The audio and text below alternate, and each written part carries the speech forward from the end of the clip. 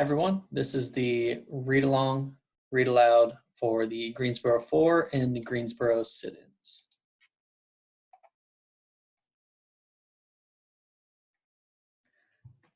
Starting from the beginning, the Greensboro sit-in was a civil rights protest that started in 1960 when young African-American students staged a sit-in at a segregated Woolworth's lunch counter in Greensboro, North Carolina, and refused to leave after being denied service. The sit-in movement soon spread to college towns throughout the South. Though many of the protesters were arrested for trespassing, disorderly conduct, or disturbing the peace, their actions made an immediate and lasting impact, forcing Woolworths and other establishments to change their segregationist policies. Greensboro 4. The Greensboro 4 were four young black men who staged the first sit-in at Greensboro: Ezell Blair Jr., David Richmond, Franklin McCain, and Joseph McNeil. All four were students from North Carolina Agricultural and Technical College. They were influenced by the nonviolent protest techniques practiced by Mahatma Gandhi, as well as the freedom rides organized by the Congress for Racial Equality, CORE, in 1947, in which interracial activists rode across the South in buses to test a recent Supreme Court decision banning segregation on interstate bus travel.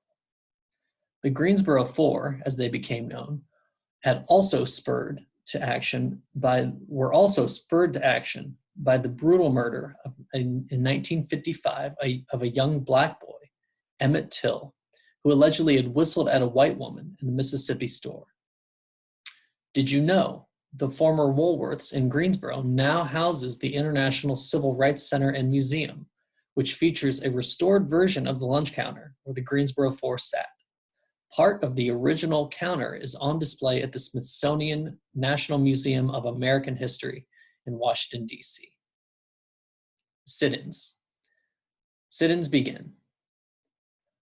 Blair, Richmond, McCain, and McNeil planned their protest carefully and enlisted the help of a local white businessman, Ralph Johns, to put their plan into action.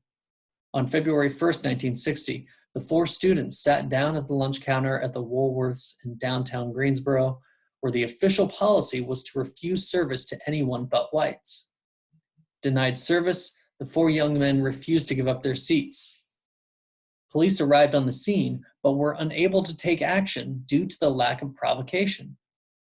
By that time, Johns had already alerted local media, who had arrived in full force to cover the events on television. The Greensboro 4 stayed until the store closed and then returned the next day with more students from local colleges. Sit-ins spread nationwide. By February 5th, some 300 students had joined the protest at Woolworths, paralyzing the lunch counter and other local businesses.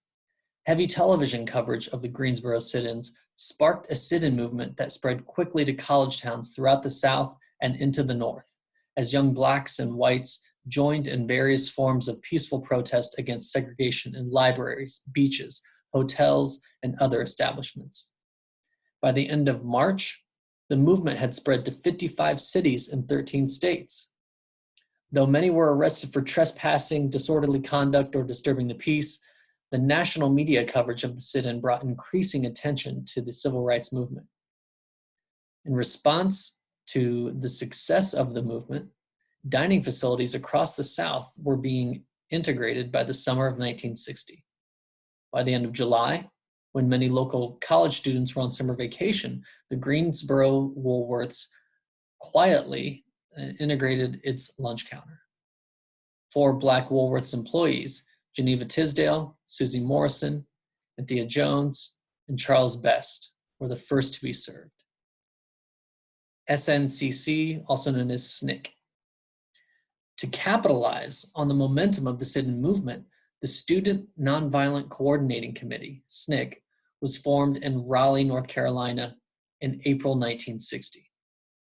Over the next few years, SNCC served as one of the leading forces in the civil rights movement, organizing freedom rides through the South in 1961 and the historic March on Washington in 1963. at which Dr. Martin Luther King Jr. gave his seminal I Have a Dream speech. SNCC worked alongside the National Association for the Advancement of Colored People, NAACP, to push the passage of the Civil Rights Act of 1964 and would later mount an organized resistance to the Vietnam War. As its members faced increased violence, however, SNCC became more militant. By the late 1960s, it was advocating Black Power, the philosophy of Stokely Carmichael, SNCC's chairman from 1966 to 1967, and his successor, H. Rap Brown. By the early 1970s, SNCC had lost much of its mainstream support and was effectively disbanded. Greensboro sit-in impact.